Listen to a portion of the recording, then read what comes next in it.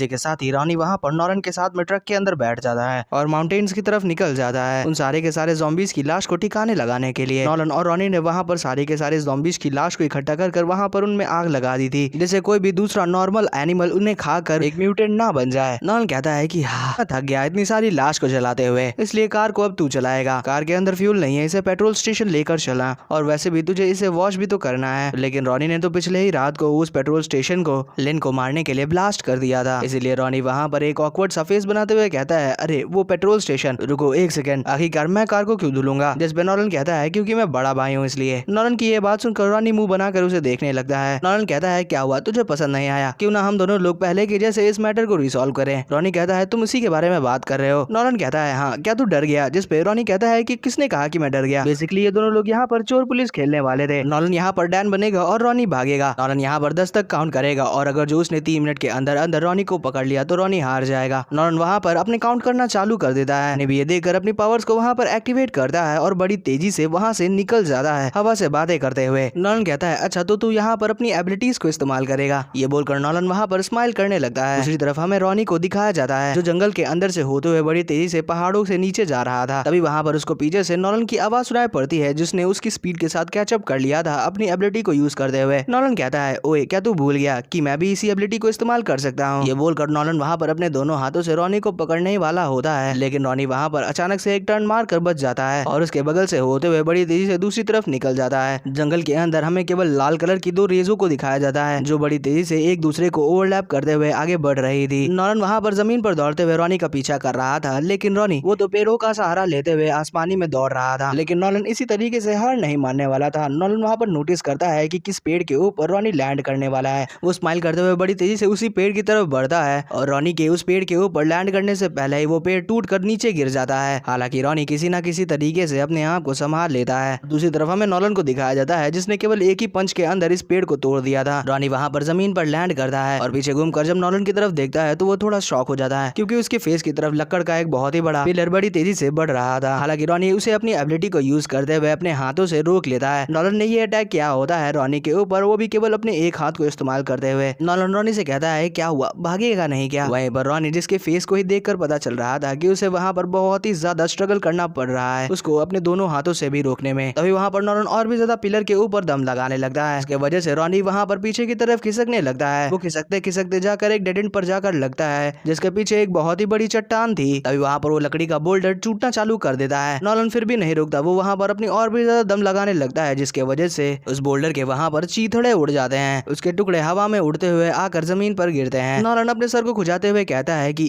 क्या मैंने कुछ ज्यादा ही कर दिया क्या? ओए रॉनी क्या तू ठीक है? लेकिन तब वहाँ पर नॉलन नोटिस करता है कि रॉनी तो वहाँ पर है ही नहीं। वो कहता है कि रॉनी आखिरकार ये कहाँ गया? तभी वहाँ पर ऊपर से आकर उसके सर के ऊपर आकर एक छोटा सा कंकर लगता है। ये रॉनी ने फेंका होता है जो वहाँ पर उस चट्टान के ऊपर चढ़कर बैठा था। रॉनी कहता है कि ओए 3 मिनट हो गए, तू हार गया। जिसके साथ ही रॉनी वहाँ पर नीचे आ जाता है। नॉलन रॉनी से पूछता है कि आखिरकार वो कब क्लिफ के ऊपर गया? इस पे रॉनी कहता है वो तो मैं तभी चला गया था जब मेरी पीठ उस चट्टान से टच हुई थी, और अच्छी बात तो यह है कि मैंने थोड़ा बहुत अपनी एबिलिटी के बारे में जान गया हूँ। नॉलन रॉनी से कहता है कि रॉनी इस एबिलिटी को पाने के लिए मैंने वहाँ पर ज़ॉम्बी कोर को खाया था, तो क्या इसका मतलब तुमने भी यहाँ पर एक ज़ॉम्बी कोर को खाया है? रॉनी वहाँ पर अपने सर को खुजाते हुए कहता है कि हाँ तुम ऐसा कुछ कह सकते हो। हालांकि रॉनी अपने मन के अंदर कहता है कि नहीं, मैंने अपनी इस लाइफ के अंदर तो कोई भी क्रिस्टल नहीं खाया, हालांकि मैंने अपनी पिछली लाइफ में एक क्रिस्टल खाया था। फिर रॉनी कहता है कि इस कंपटीशन से मुझे एक बेनिफिट हुआ है, मैं अपनी खुद की एबिलिटी के बारे में थोड़ा बहुत जान चुका हूँ। मेरी एबिलिटी शायद दूसरों की एबिलिटी को कॉपी करना है। इसमें नॉलन कहता है कि इसका मतलब जिस एबिलिटी को तुम यहाँ पर अभी तक इस्तेमाल कर रहे थे वो एबिलिटी मेरी ही थी। रॉनी कहता है कि हाँ तुम ऐसा कह सकते हो। रुको मैं तुम्हारी एबिलिटी के बारे में भी तुम्हें बताता हूँ। तुम्हारी एबिलिटी का नाम बुद्धिस्ट ब्लड है। ये बुद्धिस्ट ब्लड तुम्हारी बहुत सारे एट्रीब्यूट को इंक्रीज कर देता है, जैसा कि तुम्हारी स्ट्रेंथ, एजिलिटी और भी कई। इवन तो यही नहीं, इस एबिलिटी को एक्टिवेट करने के साथ ही ये एबिलिटी ब्लड क्यूआई जनरेट कर देती है जो तुम्हें किसी भी तरीके के फिजिकल अटैक से प्रोटेक्ट करती है। अभी के लिए मैं तुम्हारी एबिलिटी का केवल 70% ही इस्तेमाल कर सकता हूँ। नॉलन ये सुनकर कहता है कि क्या केवल 70%? लेकिन फिर भी मैं हार गया। रॉनी कहता है कि केवल यही नहीं, मैं तुम्हारी एबिलिटी के बारे में तुमसे भी ज्यादा अच्छी तरीके से समझ सकता हूँ। नॉलन ये सुनकर कहता है व्हाट द हेल, मत कहना कि तुम्हारे पास वो नॉवल वाला किसी तरीके का सिस्टम आ गया है। रॉनी कहता है कि नहीं ऐसा नहीं है, सिस्टम के जैसे सेम तो बिल्कुल भी नहीं है, क्योंकि मैं इसकी क्वांटिटी को नेचुरली फील कर पाता हूँ। लेकिन तुम्हारे समझने के लिए मैं इसे वैसे ही एक्सप्लेन कर देता हूँ। मान लो जैसे एक नॉर्मल पर्सन की एजिलिटी 20 हो, तो उसके मुकाबले तुम्हारी एजिलिटी 90 है और तुम्हारी स्ट्रेंथ 95। और रही बात तुम्हारी इंटेलिजेंस की बात सुनकर नॉलन कहता बोलता है कि क्या यह एबिलिटी IQ को भी बढ़ा सकती है। लेकिन तभी वहाँ पर रॉनी उसका मजाक उड़ाते हुए बोलता है, नहीं, तुम्हारी इंटेलिजेंस तो प्रोबेबली 0 होगी। नॉलन ये सुनकर गुस्से में आ जाता है। वो रॉनी के कंधे के ऊपर हाथ रखते हुए कहता है, तुझे पता है ना कि तेरी इस बात के ऊपर मैं तुझे आसानी से पीट सकता हूँ। तभी वहाँ पर नॉलन रॉनी को ज़ॉम्बी बेयर का क्रिस्टल पकड़ाता है और कहता है,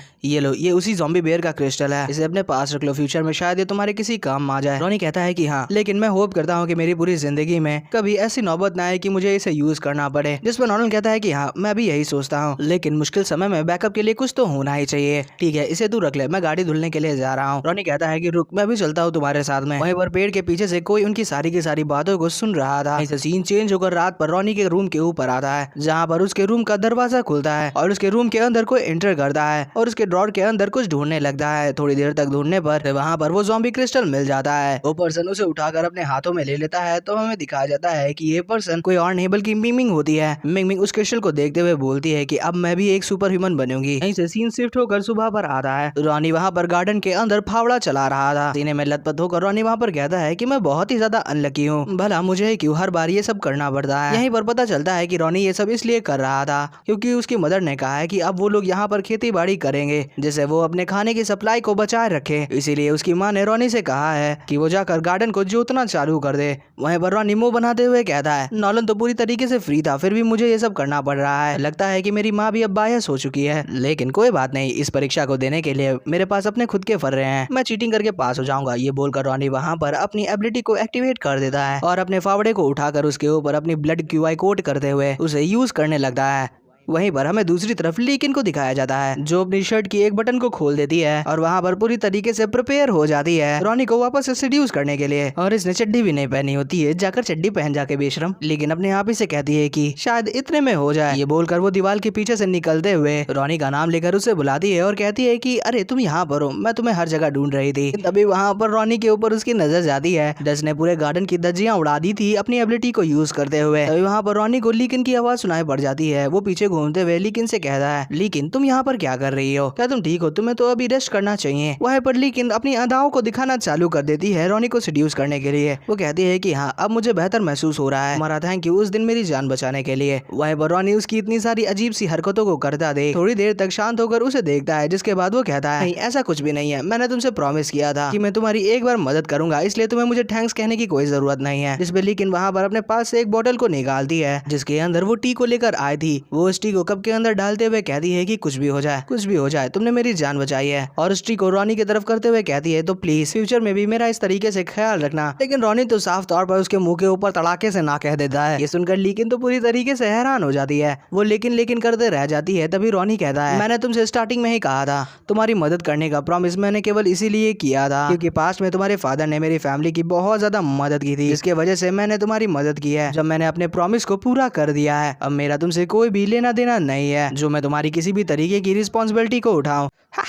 गिगा चैट। वहीं पर लीकिन के मुंह के अंदर अब तो कोई शब्द ही नहीं बचे हुए होते हैं। वो अपनी मुंडी को नीचे लटका लेती है और बाद में धीमी सी आवाज में कहती है कि ठीक है, मैं समझ गई। यहीं से सीन शिफ्ट होकर कुछ समय बाद पर आता है। रॉनी ने वहाँ पर पूरे गार्डन को वापस से चकाचक कर दिया था। रॉनी लंबी सी सांस छोड़ते हुए कहता है, ये हो गया। मैंने कभी नहीं सोचा था कि मैं इस बुद्धिस्ट एबिलिटी को गार्डन खोदने में यूज करूंगा। हालांकि इस एबिलिटी का प्रॉपर कंट्रोल पाने के लिए मुझे इसे कॉन्स्टेंटली यूज करना होगा। वहाँ पर उनके घर के गेट के ऊपर आकर कोई खटखटाता है और रॉनी को बुलाता है। रॉनी उस आवाज को सुनकर कहता है कि आखिरकार अब ये कौन आ गया। वो गेट को खोलकर बाहर देखकर कहता है, अरे तुम लोग हो। वो लोग घर के अंदर आ जाते हैं। रॉनी कहता है, इंस्पेक्शन के मुताबिक बाहर कोई भी सर्वाइवर नहीं बचे हैं विलेज के अंदर। वहाँ पर बेबिंग तो पूरी तरीके से रुआसी हो गई थी। बेबिंग कहती है कि मुझे माफ कर देना। रॉनी कहता है कि तुम माफी क्यों मांग रही हो, इसके अंदर तुम्हारी कोई गलती नहीं है। ये कुछ ऐसा नहीं था जिसे तुम होने से रोक सकते थे, फिर भी तुम लोगों ने रिस्क उठाते हुए पूरे के पूरे विलेज का इंस्पेक्शन किया कि कोई जिंदा बचा है या नहीं। इतना ही काफी है ये चीज बताने के लिए कि तुम लोग कितने ज्यादा अमेजिंग हो। अंकल न्यू रॉनी की तरफ देखते हुए कहते हैं कि